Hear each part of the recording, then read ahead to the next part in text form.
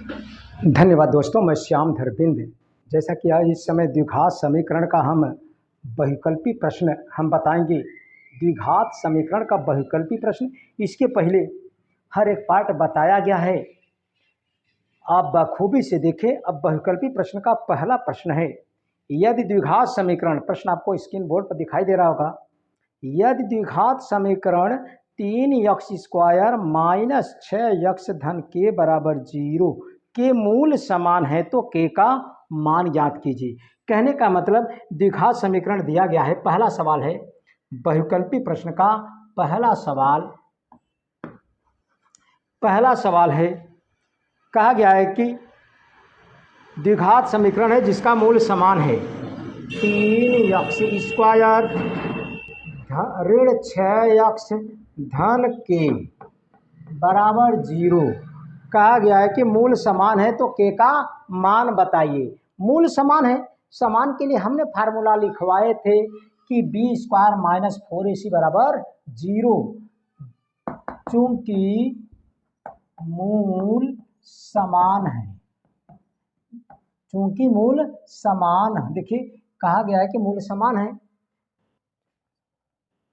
चूंकि मूल समान है। जब मूल समान है तब हम फार्मूला लिखवाए थे b² माइनस 4ac बराबर 0। जब मूल समान होता है तो यह फार्मूला लगता है। आपको तुलना करेंगे द्विघात समीकरण का मानक रूप हम आपको बता चुके हैं, ax² धन bx धन c बराबर 0। x² के बगल a है, x² के बगल 3, a बराबर 3 हुआ, x के बगल b, x के बगल -6, b बराबर -6, c बराबर आ जाएगा आपका k। यह मान इसमें रखें और हल कीजिए, k का मान निकाल दीजिए। आप b की जगह कितना रखेंगे, -6 का स्क्वायर -4, 4 और a के बीच में गुणा का निशान, a की जगह हमने रखा 3, c की जगह k बराबर 0। अब हल कर देना है, -6 का 2 बार गुणा करेंगे, -6 का 2 बार गुणा करेंगे। कहने का मतलब -6 गुणे -6, माइनस माइनस है प्लस 6 छंग 36 आएगा। यहाँ तो 36 आ गया। अब इधर देखिए 4 तिहाई 12, 12 के बराबर के उस साइड गया, 12 के का मान चाहिए, 12 और के बीच में गुणा का निशान है तो यह बटे में आ जाएगा, 36/12। यहाँ बचा के कटाएंगे, 12 तिहाई 36, यानी कि के का मान कितना आ गया, 3। यह कटाएंगे तो कितना आएगा, 3। यही आपका आंसर हुआ, यही आपका उत्तर हुआ भाई। यानी कि कैसरा ऑप्शन, 4 ऑप्शन दिया गया था, ऑप्शन आपका पहला मिल गया है, यानी कि ए सत्य है। कहने का मतलब 4 ऑप्शन दिया गया था, इसमें ये आपका सही है। अब देखिए दूसरा प्रश्न, इनका दूसरा प्रश्न क्या है भाई, दूसरा प्रश्न बहुत बढ़िया है, बहुत बढ़िया है। अगर आप पहला वाला, जैसे पहले वाले जो फार्मूला लिखवाए गए हैं वो पार्ट आप देख लेंगे तो कोई दिक्कत नहीं होगा। दूसरा है समीकरण 8 माइनस kx माइनस 2x² बराबर 0 के दो मूल परिमाण में समान तथा चिन्ह में विपरीत हो तो k का मान। अब देखिए समीकरण दिया गया है, दूसरा सवाल है समीकरण दिया गया है, कितना दिया गया है भाई, हम लिख दे रहे हैं, सवाल आपको स्क्रीन बोर्ड पर दिखाई दे रहा होगा। समीकरण 8 माइनस kx माइनस 2x² बराबर 0 के दो मूल परिमाण में समान तथा चिन्ह में विपरीत हो तो k का मान बताना है आपको। सवाल 8 माइनस kx माइनस 2x² बराबर 0। अब देखिए कहा गया है कि दो यक्स, यानी कि यक्स का जितना घात होता है उतना ही मूल होता है, इसलिए 2 मूल होगा और परिमाण में समान है। परिमाण का मतलब जैसे लंबाई, यानी कि कहने का मतलब परिमाण में समान हैं और लेकिन चिन्ह विपरीत विपरीत। जैसे कहा जाए 4 किलोमीटर आप जाएंगे उत्तर तो कोई दक्षिण जाएगा 4 किलोमीटर, लंबाई बराबर है, उनकी दूरियां बराबर हैं लेकिन दिशा विपरीत है। ऐसे सवाल में माना दो मूल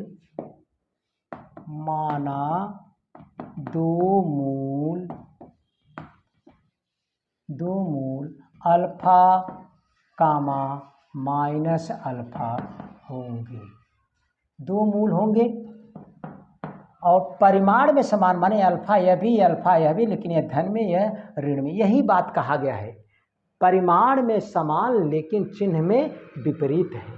अब देखिए, अब आप जानते हैं मूलों का योगफल से लगा सकते हैं, मूलों को गुणनफल से लगा सकते हैं और तमाम जुगाड़ है आपके पास।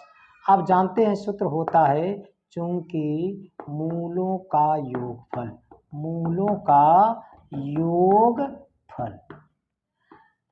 फार्मूला होता है माइनस यक्स का गुणांक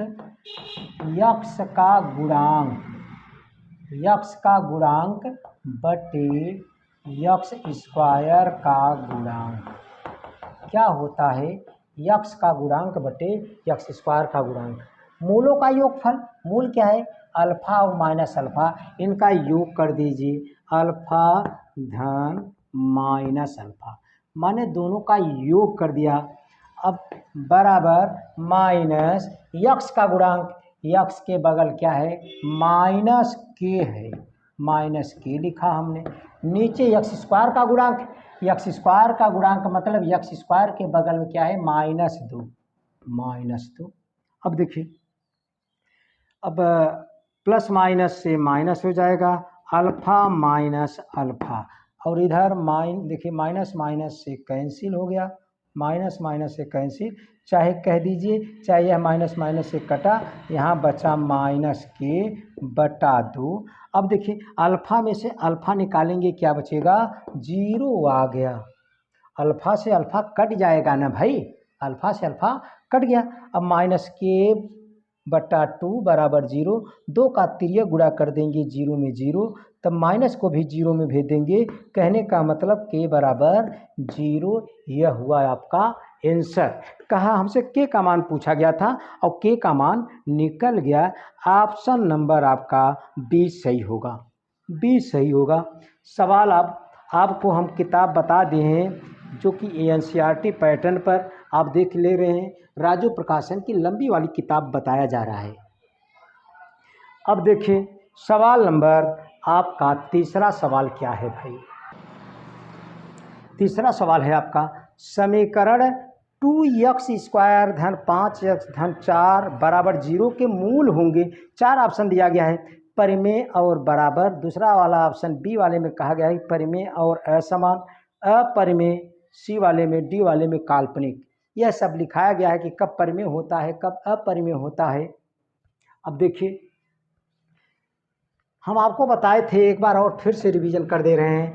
अगर विविधकर का मान निकालें, जैसे d का मान निकालें, अगर b square minus 4ac greater than 0, अगर पूर्ण वर्ग आएगा, क्या आएगा? पूर्ण वर्ग आएगा तो परिमेय कहा जाता है। अगर पूर्ण वर्ग न हो तो अपरिमेय कहा जाता है। अगर पूर्ण वर्ग हो तो परिमेय, अगर पूर्ण वर्ग न हो तो अपरिमेय कहा जाता है। तमाम कंडीशन बताया गया है, इसीलिए पुराना चीज देखने का प्रयास करें। तीसरा सवाल हम बता रहे हैं, वैकल्पिक तो आपको अपने इच्छा से, अपने मन से हल करने का प्रयास करना चाहिए। देखिए समीकरण दिया गया है 2x स्क्वायर धन 5x धन 4 बराबर 0। हमसे पूछा गया है कि मूल होंगे क्या होंगे? आपने सवाल स्क्रीन बोर्ड पर मूल पूछा गया है। मूल के लिए हम विविधकर निकालेंगे। क्या निकालेंगे? विविधकर जब निकालेंगे, d बराबर फार्मूला होता है b स्क्वायर माइनस 4ac। जब निकालेंगे ABC, यक्स स्क्वायर के बगल a होता है, यानी कि a बराबर हमने कितना पाया? 2, यक्स के बगल b का मतलब 5, सी का मतलब 4, यह मान इसमें रखेंगे तो डी का मान निकलेगा, बी के जगह 5, 5 का स्क्वायर करेंगे -4, ए की जगह 2, सी की जगह 4। अब डी बराबर निकला 25 हो गया, 4 दूनी 8, 8 चौक 32।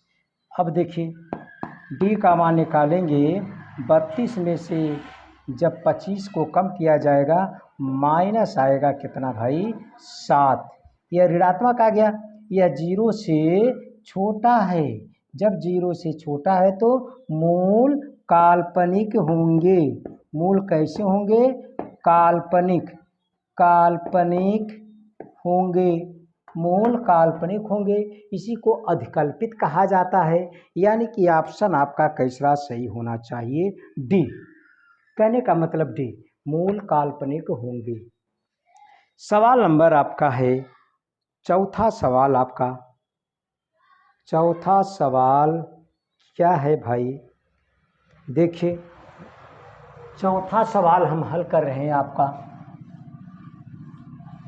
बहुकल्पी का मतलब प्रैक्टिस कीजिए अपने से, नहीं तो हम हर एक सवाल बताने का प्रयास करेंगे और बताएंगे हर एक सवाल बहुत साधारण शब्दों के साथ, साधारण तरीके से बताएंगे। सवाल नंबर चौथा है आपका, यदि समीकरण 3x² माइनस 12x धन के मूल बराबर है तो के मान ज्ञात कीजिए। सवाल आपने देखा, समीकरण दिया गया है, समीकरण आपका दिया गया है, कितना दिया गया है? 3x² माइनस 12x धन के बराबर 0, धन के बराबर 0 है। अब कहा गया है आपके लिए, देखिए खास चीज़ कह दिया गया है कि मूल बराबर हो। जब मूल बराबर है तो इसके लिए हम फार्मूला आपको लिखवाए थे। देखिए चूंकि मूल बराबर है, जब मूल बराबर है तो फार्मूला लगता है b² माइनस 4ac बराबर 0, b² माइनस 4ac बराबर 0।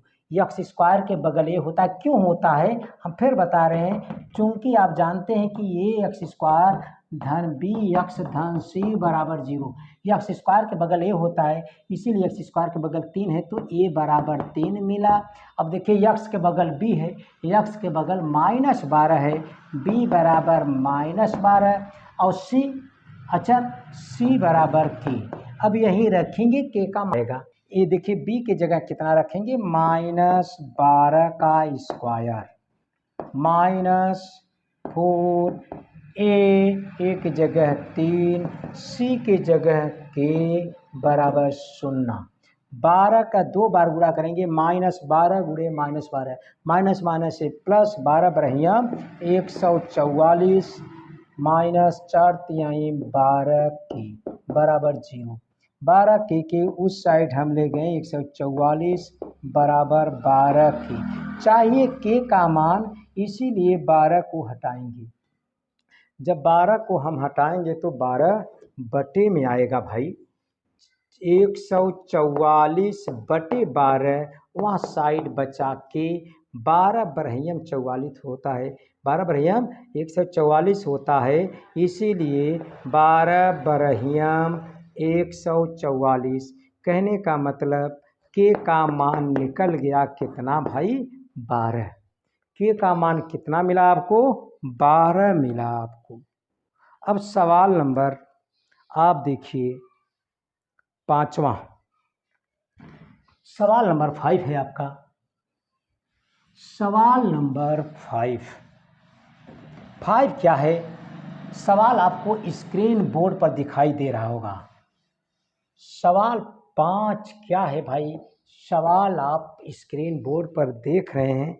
सवाल दिया है 1/x² धन 5, x² धन 5 बराबर 1/9।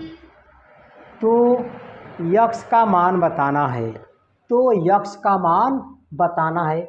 x का मान बहुत आसान है, चाहे जैसे निकालिए। देखिए 9 का 3 गुणा 9 का 1 में गुणा 9 अब यक्स स्क्वायर धन 5 के इस एक में होगा तो यक्स स्क्वायर धन 5 चाहिए आपको। यक्स का मान, यक्स को एक तरफ बाकी सबको एक तरफ। 9 5 को यहाँ साइड -5 हुआ बराबर यक्स स्क्वायर।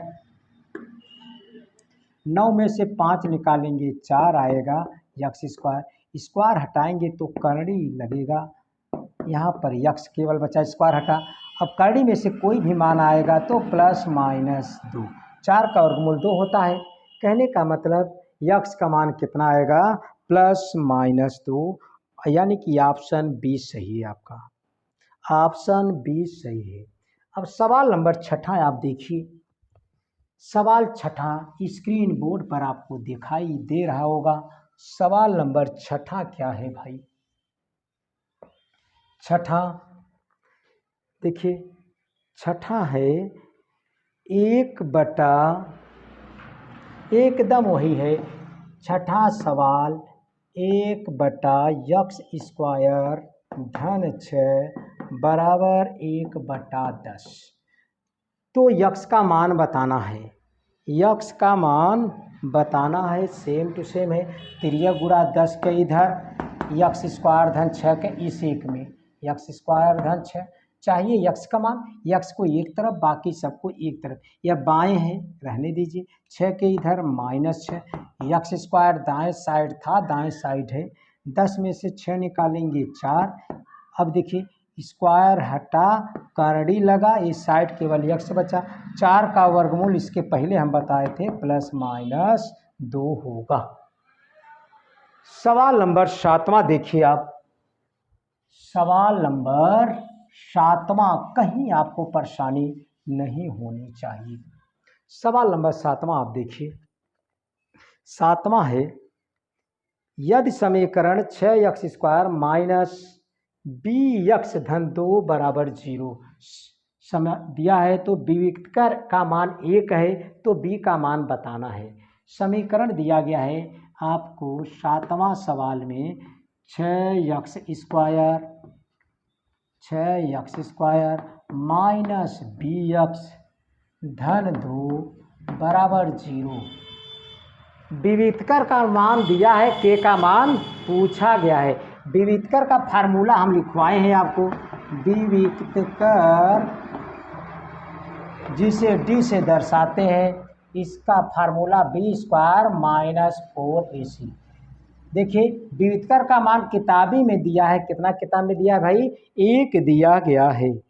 विविक्तर का मान कितना दिया गया है? 1। इसके जगह 1 रखेंगे हम, इसके जगह 1 रखा।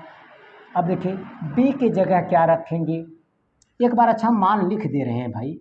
देखिए d बराबर 1 दिया गया है, यक्स स्क्वायर के बगल a होता है, a बराबर 6, b बराबर कितना? b बराबर -b ही दिया गया है, b बराबर -b दिया गया है। जैसे a बराबर 6। अब देखिए फार्मूला, अगर इसमें b का मान दिया है तो इस फार्मूले में पलट दीजिए विविक्तर का फार्मूला, चाहे ऐसे ही रहने दीजिए, कोई दिक्कत नहीं है। आपको अगर परेशानी हो रही तो इसे मिटा दीजिए, कोई ज़रूरत नहीं, बहुविकल्पी है। विविक्तर का मान 1 दिया गया है, b का मान मतलब यक्स के बगल -b दिया गया है, और इनका स्क्वायर -4, a का मतलब यक्स स्क्वायर के बगल, c का मतलब 2। क्यों? तुलना किया जाता है a² धन bx धन c बराबर 0 से, बराबर 0 से तुलना किया जाता है, इनका तुलना किया जाता है। तुलना करके हमने पाया इतना। देखिए विविक्तर का मान 1 दिया गया था, b का मतलब यक्स के बगल, यक्स के बगल b, यक्स बगल -b रखा हमने, -4 a की जगह 3, यक्स स्क्वायर के बगल वाला देखिए a है तो a बराबर 6 हुआ। अब c बराबर कितना? 2। अब मान निकाल दीजिए b का मान, आंसर आपका आएगा। अब देखिए 1 लिखा, -b का 2 बार गुणा करेंगे तो b² आएगा, और 4 6 24, 24 दूना 48, -48। अब 1 48 बाएँ साइड आएगा तो +48, चिन्ह बदल जाता है। जैसे आप रिश्तेदारी जाते हैं तो भाई ड्रेस चेंज कर देते हैं, विद्यालय में दूसरा ड्रेस तो रिश्तेदारी दूसरा ड्रेस। ऐसे यह सवाल भी समझ लीजिए, बराबर की साइड से उस साइड यानी कि रिश्तेदारी जा रहा है भाई। 48 और 1 49 हो जाएगा। अब स्क्वायर हटेगा तो करड़ी लग जाएगा, करड़ी में 49, 49 का वर्गमूल ±7 होगा, ±7। अब सवाल नंबर आप 8 देखिए, सवाल नंबर 8, सवाल नंबर 8 देखिए। सवाल तो स्क्रीन बोर्ड पर दिखाई दे रहा है आपको। यदि समीकरण x² - 4x धन अल्फा बराबर 0 के कोई वास्तविक मूल नहीं है, वास्तविक मूल नहीं यानी काल्पनिक मूल है, काल्पनिक मूल है तो यानी कि b² - 4ac का मान 0 से छोटा होगा, यानी कि वास्तविक नहीं है, वास्तविक नहीं है तो काल्पनिक है, जिसका एक नाम और होता है अधिकल्पित। कहने का मतलब b² - 4ac का मान 0 से छोटा होगा। ये आपको कंडीशन जानना होगा। सवाल नंबर 8 है आपका, यदि समीकरण x² माइनस समीकरण दिया गया है x² - 4x यहाँ दिया गया है प्लस अल्फा बराबर 0। अब कहा गया है कि कोई वास्तविक मूल नहीं है, चूंकि कोई वास्तविक मूल नहीं है, अर्थात इसी को कहा जाता है कि मूल काल्पनिक है। जब काल्पनिक है तो फार्मूला होता है b² - 4ac, यानी कि इनका मान 0 से क्या होगा, छोटा होगा, इनका मान 0 से छोटा होगा। देखो 0 कहती या मुंह खुला है, यानी कि 0 बड़ा होगा इनके मान से। कहने का मतलब यह, अगर कहा गया होता वास्तविक है तब इस टाइप इसका मान b² भाई b² - 4ac का मान 0 से बड़ा होता, कब, जब वास्तविक होता तब। अब कहा गया कि वास्तविक नहीं है इसलिए इनका मान 0 से छोटा होगा। अब देखिए मान रखेंगे x² के बगल a होता है, x के बगल b होता है, बिना x वाला c होता है। कहने का मतलब देखिए b के जगह -4 रखेंगे, b के जगह, अरे भाई समीकरण आप जानते हैं ax² धन bx धन c बराबर 0 होता है। x² के बगल a, x के बगल b, बिना x वाला c, यही मान रखेंगे। b के जगह x के बगल वाला -4 रखा हमने स्क्वायर, 4 a के जगह कितना रखेंगे, x² के बगल 1 दिया है, c के जगह अल्फा रखेंगे, और देखिए इधर ग्रेटर देन 0 है, बस यही अल्फा का मान बताना है आपको।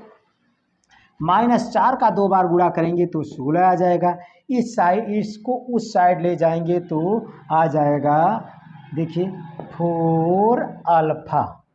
अब देखिए हमें तो चाहिए अल्फा का मान, इसका 4 का बटे हो जाएगा 16/4 अल्फा, कटेगा यह 4 चौक 16, 4 लेस देन अल्फा।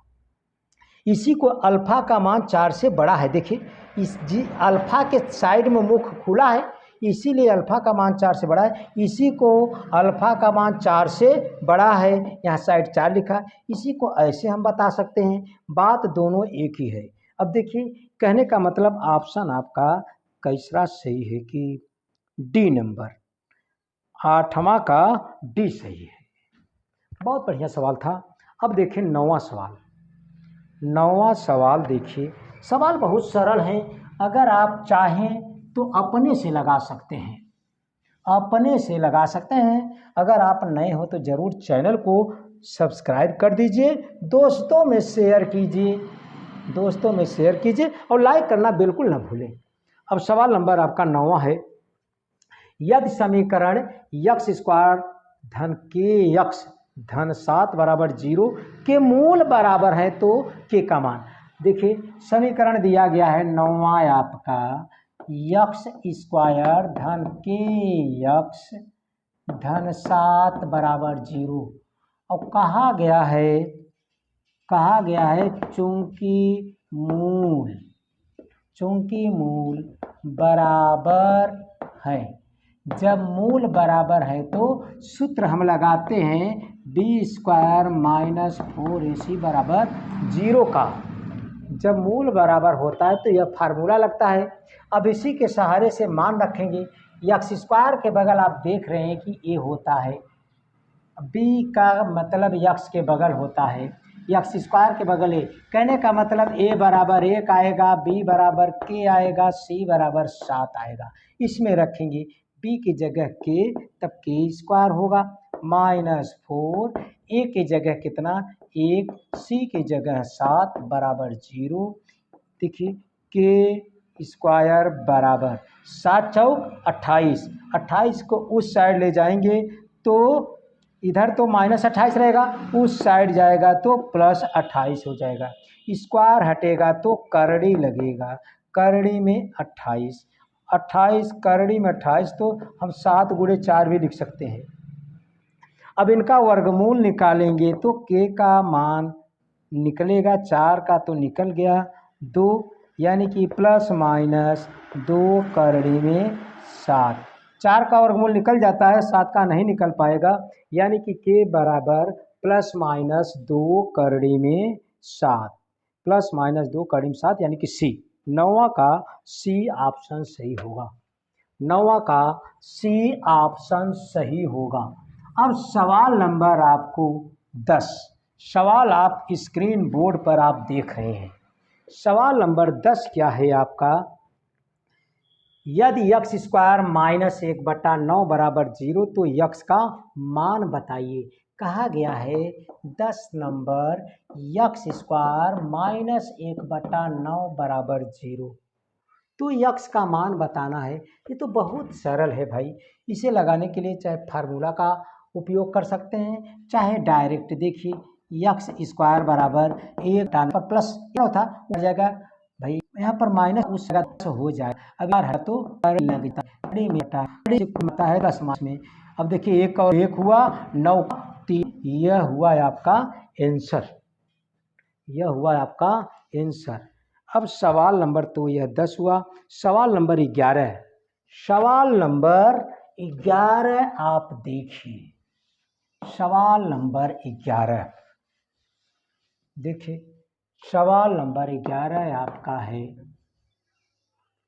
सवाल नंबर 11, यदि समीकरण 2x² - 8x धन c बराबर 0 के मूल बराबर है तो c का मान बताना है। समीकरण दिया है 2x² - 8x प्लस c बराबर 0, प्लस c बराबर 0 और मूल बराबर है। यही फार्मूला दे दिया गया है, यही जुगाड़ दिया गया है, मूल बराबर है, यही खजाना है। सूत्र आपको पहचान दे देता है सवाल में, चूंकि मूल बराबर है। जब मूल बराबर हैं तब सूत्र हमने लिखवाए थे b² - 4ac बराबर 0 होता है। जब मूल बराबर होगा तो यह सूत्र लगाइए आप।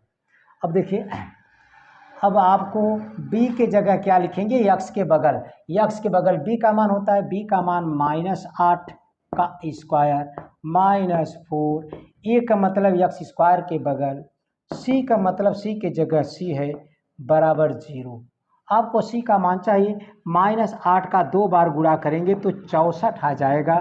अब देखिए 4 दूनी 8, -8c बराबर 0, 8c को उस साइड ले जाएंगे 64 8c, 8 का बटे में कर देंगे 64/8 बराबर c बचा। 8 अठाई 64, यह 8 से कट रहा है तो c का मान देखिए यहाँ पर 8 आ गया, तब c बराबर 8, यह हुआ आपका आंसर। सवाल नंबर 11 है। अब सवाल नंबर आप 12 देखेंगे।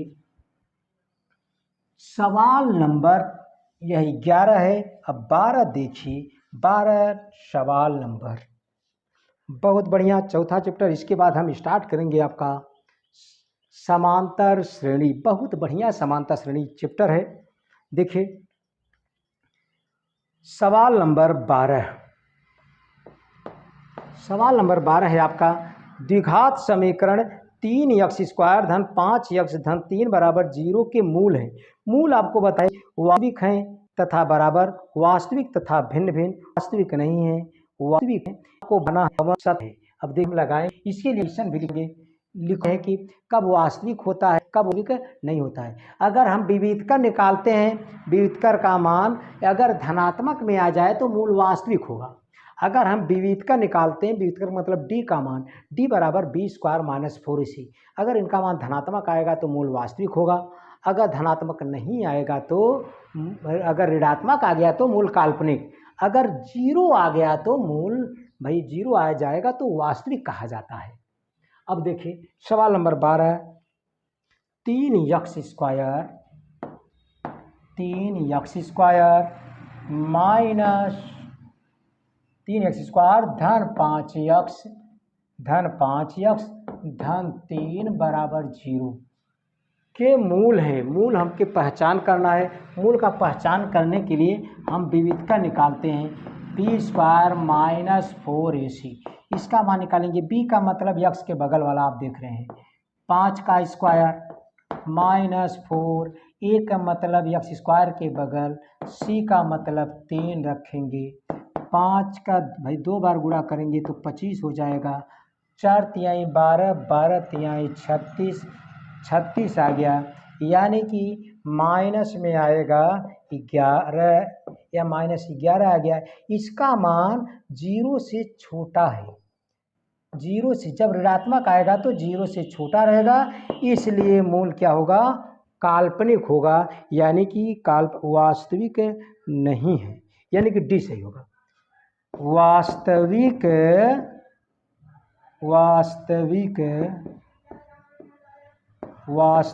नहीं है, यानी किसी को कहा जाता है कि मूल काल्पनिक होंगे, वास्तविक नहीं है, यानी कि 12 का सी सही है।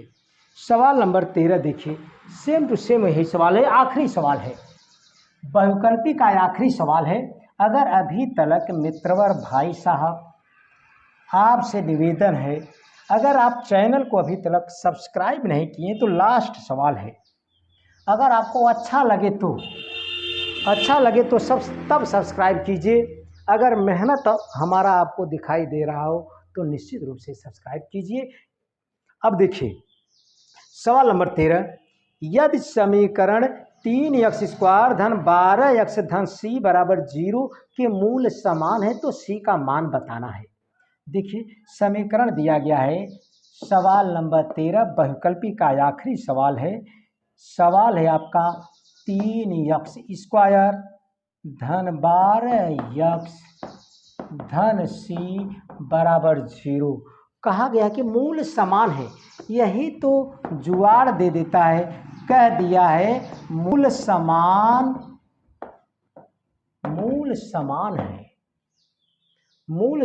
है, तब इसके लिए फार्मूला हम लिखवाए थे b² - 4ac बराबर 0। जब मूल समान कह दे चाहे मूल बराबर हो तब यही आपके लिए सूत्र लगता है। अब देखिए x² के बगल a, x के बगल b, बिना x वाला c होता है। अब x के बगल b का मतलब 12, 12 का स्क्वायर माइनस 4, a का मतलब x² के बगल 3 और c का मतलब बिना x वाला c बराबर 0। c का मान चाहिए, 12 का 2 बार गुणा करेंगे, 12 बरहियम 144।